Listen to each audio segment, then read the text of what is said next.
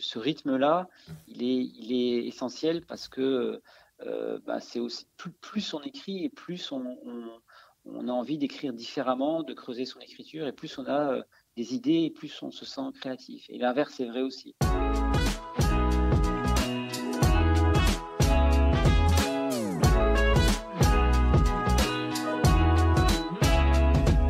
Pour cette nouvelle saison de Vive Passion, nous allons voyager en littérature.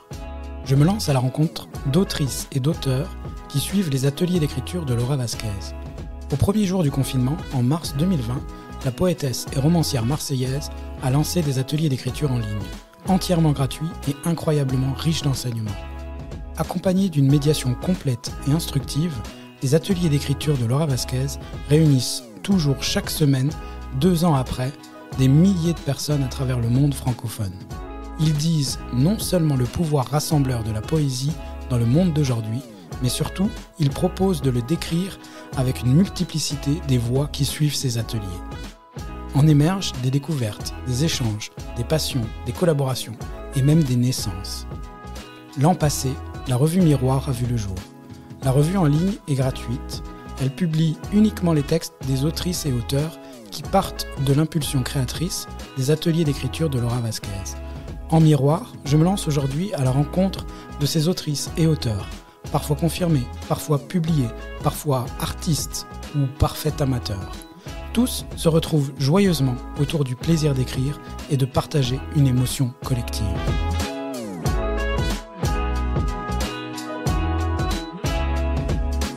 Bonjour Karim Alami, merci de nous faire l'amitié d'être présent pour cette rencontre. Bonjour, avec plaisir. Je voulais commencer l'entretien par évoquer ton rapport à l'écriture et je voulais savoir quel était-il. Bien écoute, moi j'ai toujours écrit.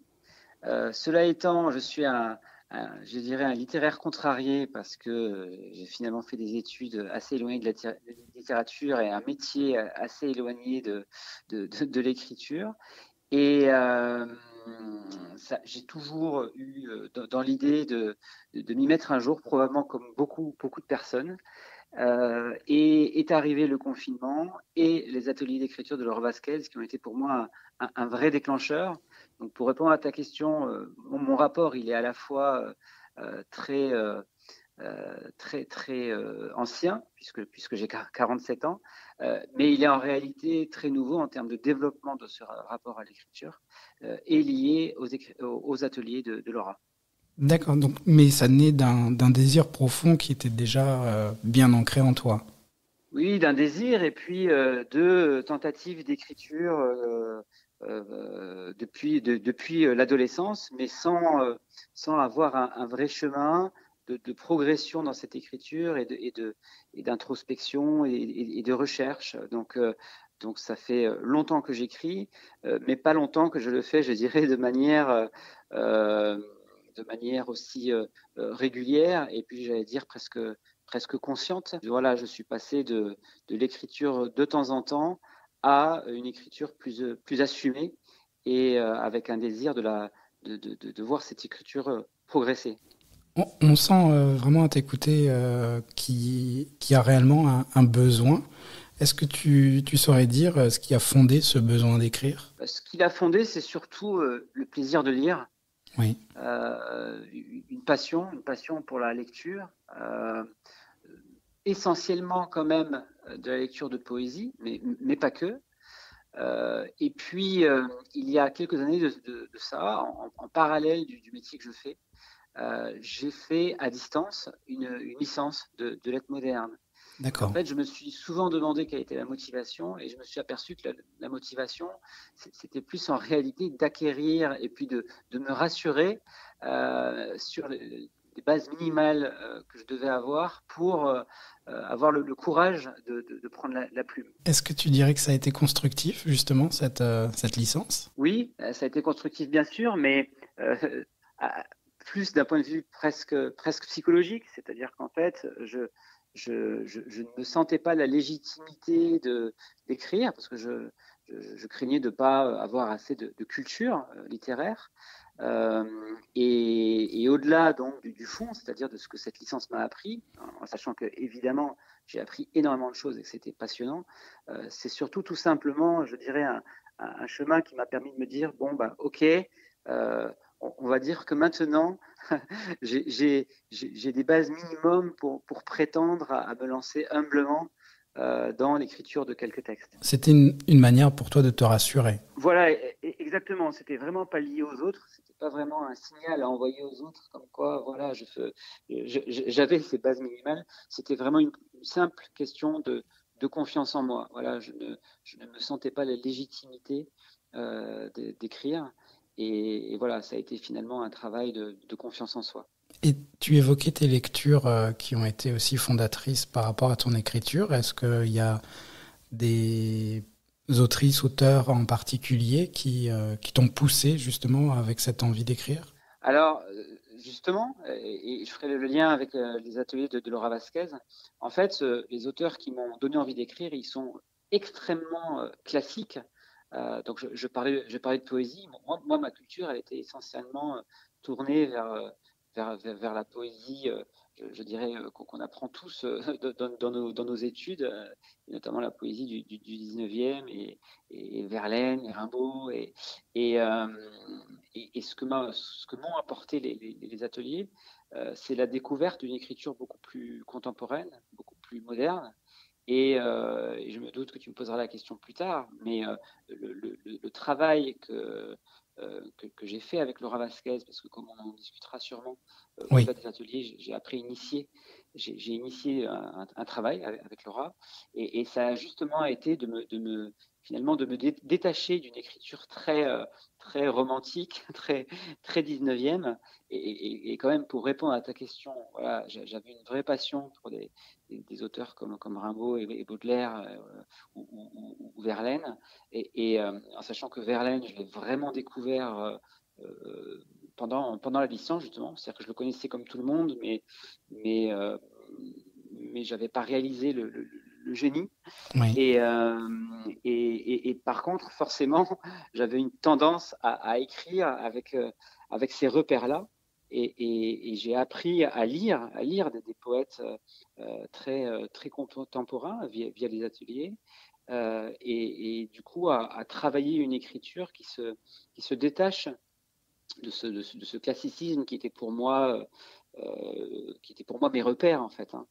Oui, ce qui est très vrai parce qu'on suit un parcours scolaire qui fait la part belle assez classique. Elle n'est pas du tout tournée sur l'écriture, mais sur l'apprentissage d'une histoire littéraire, ce que tu as sans doute vu également au cours de ta licence. Mais ensuite, il n'y a pas d'école il y a une école de danse, il y a une école de musique qui existe en dehors de l'école nationale, mais il n'y a pas d'école d'écriture. C'est vrai que ça, c'est quelque chose que je regrette aussi. C'est ce que tu as retrouvé dans les ateliers d'écriture? C'est ce que j'ai retrouvé. Alors, plus dans l'accompagnement, hein, si tu parles d'école d'écriture, plus dans l'accompagnement, dans les ateliers aussi, bien évidemment, parce qu'à chaque fois, il y a cette consigne d'écriture donc qui justement fait partie de ce qu'on pourrait, de ce qui est un apprentissage. Mais je dirais que les ateliers m'ont surtout amené à découvrir et à enrichir ma culture littéraire avec des auteurs que je ne connaissais pas, par exemple comme Alejandra Pizarnik, ou des auteurs que je ne connaissais pas et qui ont vraiment été pour moi une révélation sur le fait que la poésie ne s'arrêtait pas à Rimbaud ou à Verlaine. Loin de là, évidemment. Ce que je dis, c'est évidemment une évidence, mais finalement, je réalise que ça n'était pas tant pour moi avant les ateliers. Et donc découvrir que cette poésie, elle évolue, qu'elle est extrêmement vivante et vivace aujourd'hui et dans le monde entier.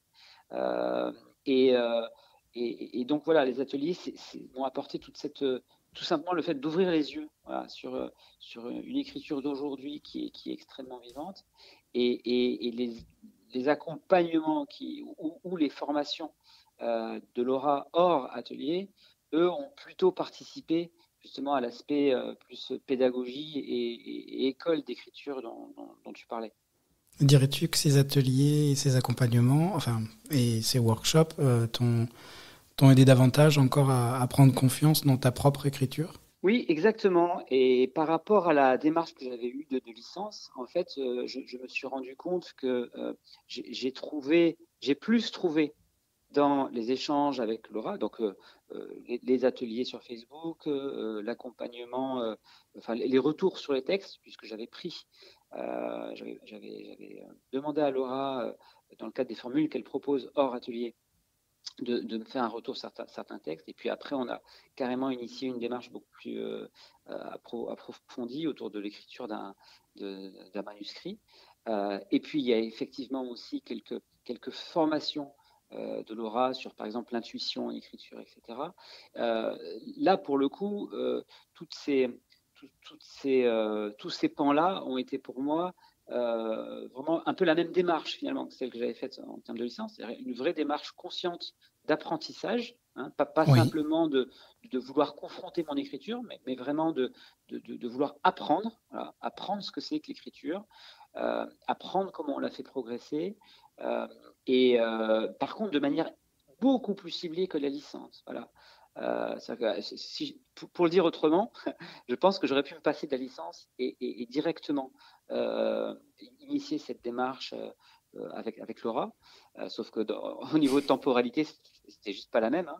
Oui. Mais tout simplement parce que j'ai réalisé que ma démarche, comme je le disais en introduction, c'était vraiment une démarche d'écriture et que là, bah, les ateliers de Laura sont ciblés sur l'écriture. Voilà. Et ciblés sur l'écriture, mais forcément avec toute la culture générale autour de la littérature qui est forcément amenée par les ateliers et les accompagnements. Donc la culture générale que j'ai trouvée en licence, je l'ai trouvée encore plus, je dirais, parce que il y avait cette couche de modernité dont je parlais tout à l'heure aussi, que je n'ai pas forcément vue au niveau de la licence. Oui. Mais en plus de la culture générale, un vrai, et c'est ce que tu disais, hein, une licence de lettres modernes, c'est pas une école d'écriture, alors que là, l'orientation est vraiment apprendre à écrire. Donc j'ai trouvé ça extrêmement ciblé et j'ai vraiment finalement trouvé ce que je recherchais. Et c'était, il me semble, un cheminement que tu as fait de manière personnelle. C'est toi qui as parcouru ce chemin. Elle n'a fait, me semble-t-il, que te guider pour t'aider à trouver ta propre écriture. Ah, c'était complètement personnel, hein, complètement personnel. En fait, pour tout te dire, après ma licence, je continuais à suivre sur Twitter certains professeurs de l'université d'Aix-Marseille.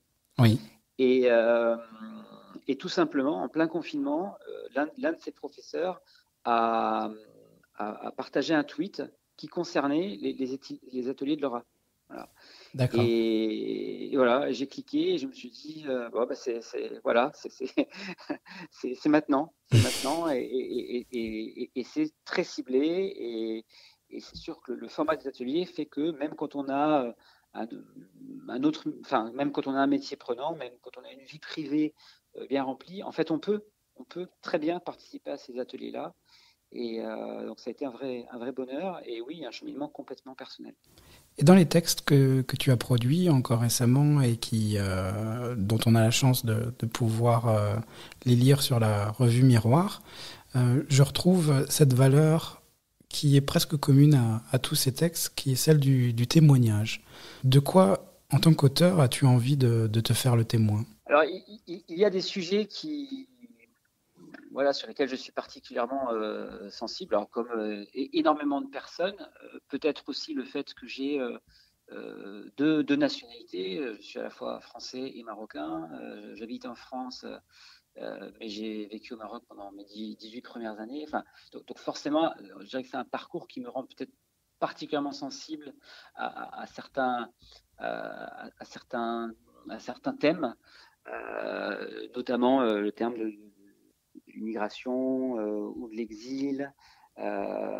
Et et de la richesse, du mélange des cultures. Donc, ce sont des thèmes extrêmement classiques. Et il y avait évidemment beaucoup de gens ont envie de partager dessus. Je dirais que, et alors là, en termes de littérature, ce sont des termes extrêmement classiques et finalement peu innovants.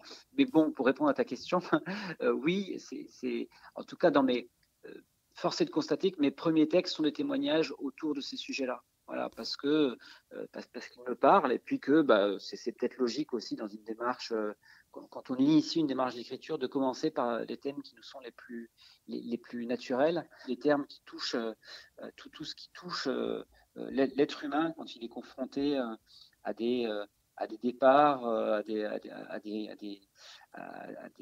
exils, des discriminations, voilà, ce sont des thèmes dont j'ai envie d'être le témoin et sans prétention aucune, parce que finalement, être le témoin de parcours qui sont des fois très difficiles, ça peut être perçu comme quelque chose d'un peu prétentieux, mais probablement, voilà, le fait d'avoir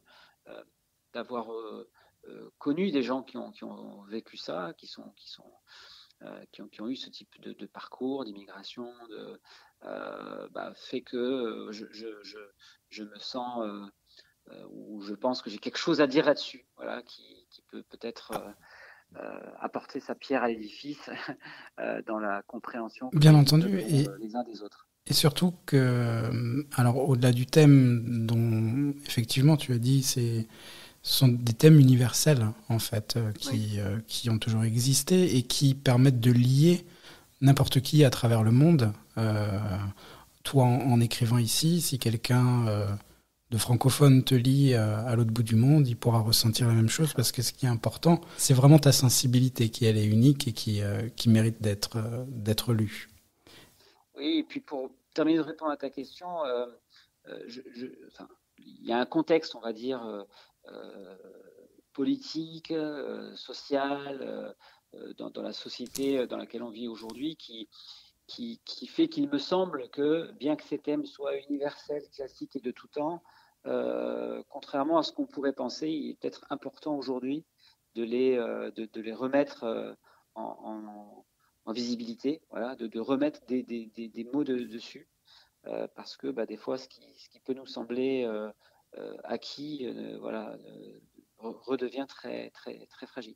Je pense que ce qu'on vit, y compris sur l'actualité extrêmement récente, rend ces thèmes tout sauf caducs. Voilà. Effectivement, ça a une très forte résonance. Et c'est ce qui prouve que ta sensibilité, justement, peut apporter beaucoup. Le pont est étouffé, en fait. Je voudrais te faire écouter un petit quelque chose et puis on pourra ensuite en discuter.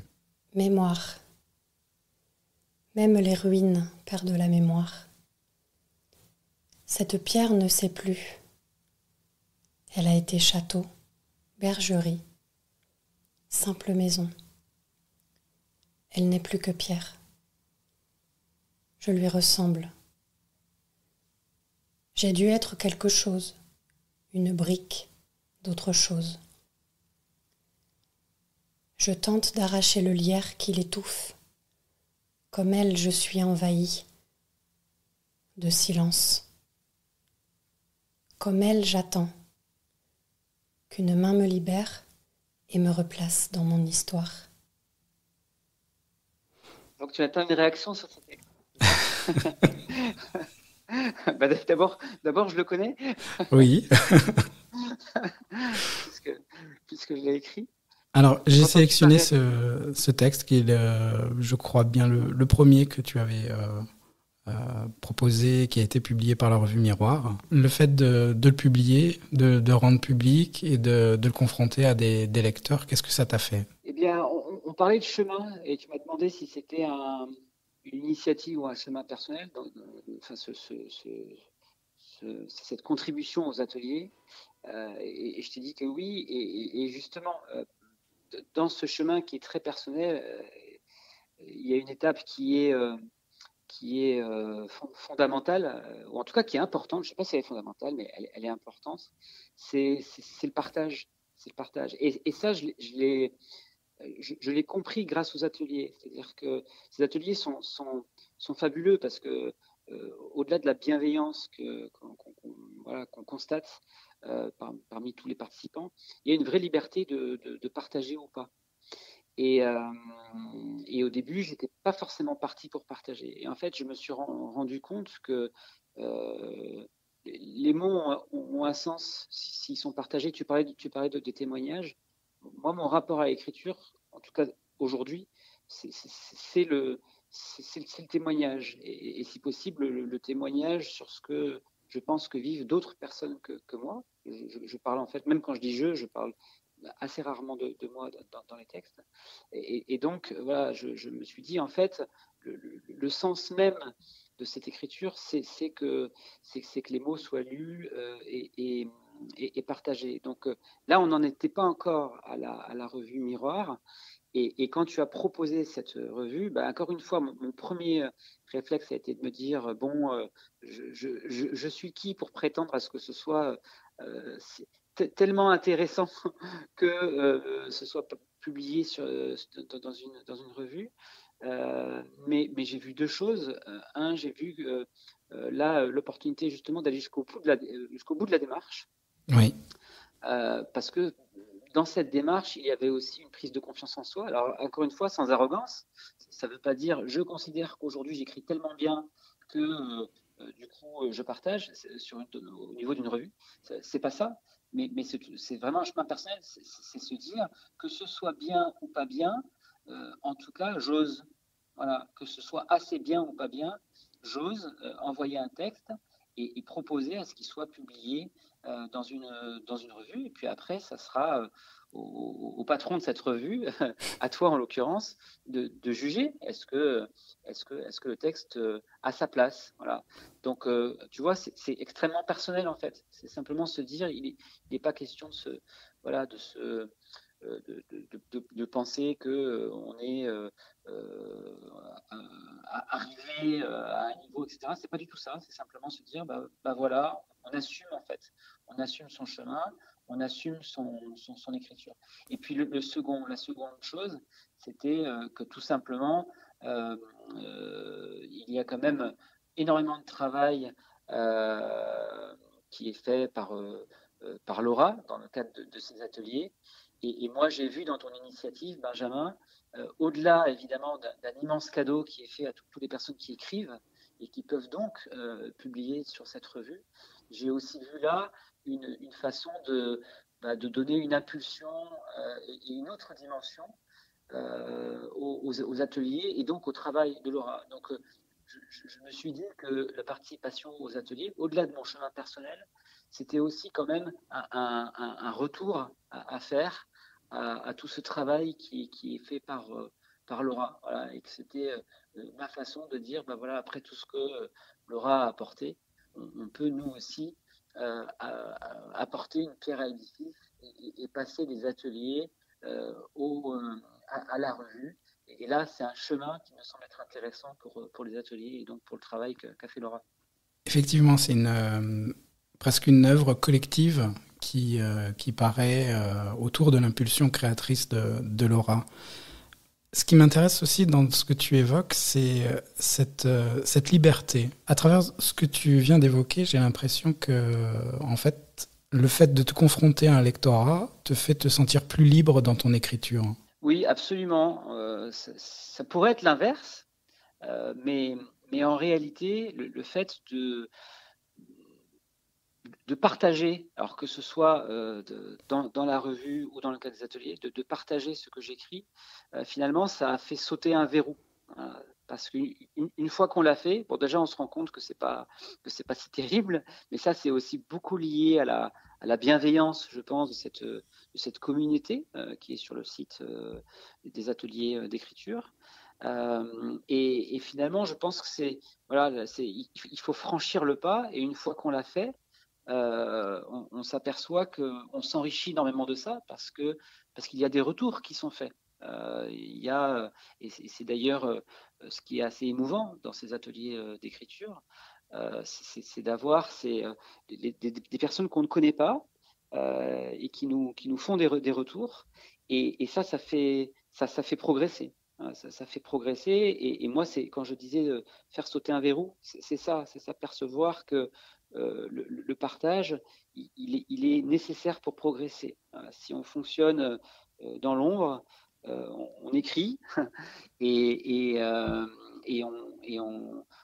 est piégé dans le fait que on n'a aucun retour, aucun recul sur ce que l'on a écrit. Et aujourd'hui, tu arrives à te consacrer à une routine d'écriture hebdomadaire, quotidienne?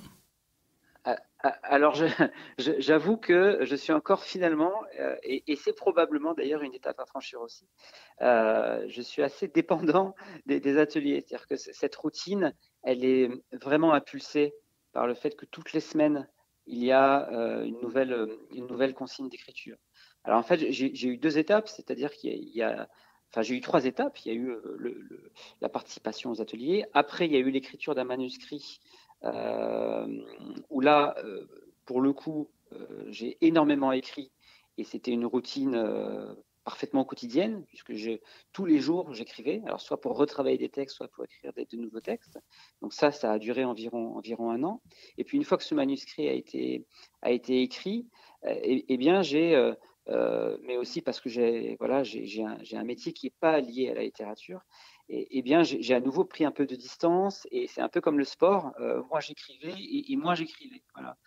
Et donc, je me suis remis à ce rythme hebdomadaire des ateliers qui me permet de d'écrire toutes les semaines. Et c'est vraiment essentiel parce que je vais encore faire le lien avec le sport, mais je m'aperçois que au départ, c'était j'écrivais un texte parce qu'il était lié aux ateliers, mais qu'au bout de quelques semaines, tout d'un coup, j'avais envie d'en écrire un deuxième, pas forcément lié aux ateliers. Et donc, ce rythme-là, il est essentiel parce que c'est aussi plus on écrit et plus on a envie d'écrire différemment, de creuser son écriture, et plus on a des idées et plus on se sent créatif. Et l'inverse est vrai aussi. C'est une forme de discipline à respecter. Oui, absolument. Et ça, typiquement, c'est l'une des choses que j'ai apprises avec les ateliers. Et aujourd'hui, tes projets par rapport au manuscrit, par exemple, dont tu faisais l'évocation? Et écoute, le manuscrit a été un projet en soi. Il est finalisé aujourd'hui ? Voilà, il est finalisé. D'accord. Et donc, j'ai envie de te répondre qu'objectivement, le projet, c'était le manuscrit. C'était le manuscrit et c'était vraiment un gros projet, puisque comme on le disait avant le début des ateliers, j'avais même pas idée qu'un jour je partagerais le moindre texte. Et donc de passer à ça, et finalement en assez peu de temps, à l'écriture d'un manuscrit, c'est quand même un chemin rapide et conséquent.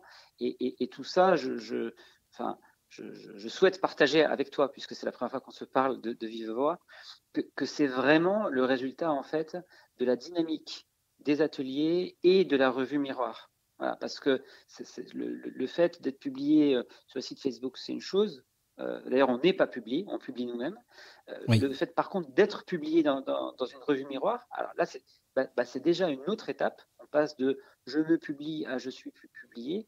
Et ce passage-là, il a été pour moi déclencheur de cette 3e étape de dire je peux peut-être écrire une œuvre. Voilà. Donc ce manuscrit, il a été terminé à la fin 2021, voilà, en décembre. Et donc là, je suis dans une étape où je l'ai envoyé à quelques éditeurs parce que j'aimerais bien j'aimerais bien que ce manuscrit il se retrouve dans un vrai et joli livre. Oui. Pour qu'il soit tout simplement pour qu'il vive, qu'il soit concret et qu'il soit partagé. On venait de le dire, le partage, c'est important. Donc là, mon projet, il est plus lié à essayer de trouver une maison d'édition pour que ce manuscrit ne soit pas simplement dans mon tiroir ou dans le disque dur de mon PC. Et j'espère que j'aurai d'autres projets après. Est-ce que justement cette recherche d'éditeur te prend pas un peu d'énergie sur un nouveau projet, un nouveau manuscrit qui pourrait émerger? Si, clairement. clairement, et c'est pour ça que j'espère, alors que je sais en fait que ça peut être aussi tout un parcours très long, et puis des fois d'ailleurs sans déboucher. Mais j'espère que cette recherche d'édition sera finalement pas trop longue, parce que entre ma vie privée, mon métier et ça, c'est vrai que ça me prend du temps sur le temps d'écriture. Alors, je suis quand même arrivé à réintégrer un temps d'écriture minimal avec la participation aux ateliers. Par contre, je n'en ai pas assez pour redémarrer un projet de manuscrit autre, par exemple. Et pourtant, j'avoue que j'adorerais faire ça. Je te le souhaite en tout cas, et je souhaite que tu puisses trouver un bel aboutissement avec l'impression de ton prochain livre. Merci, j'espère aussi. Merci beaucoup Karim Alami pour cet entretien très enrichissant. Merci Benjamin, et encore une fois, merci pour ce que tu apportes dans le cadre de ces ateliers et pour la revue Miroir. Merci à toi, à bientôt. Ce podcast est proposé en collaboration avec Captive Édition, et pour la lecture, la voix de la poète Céline Ferrand.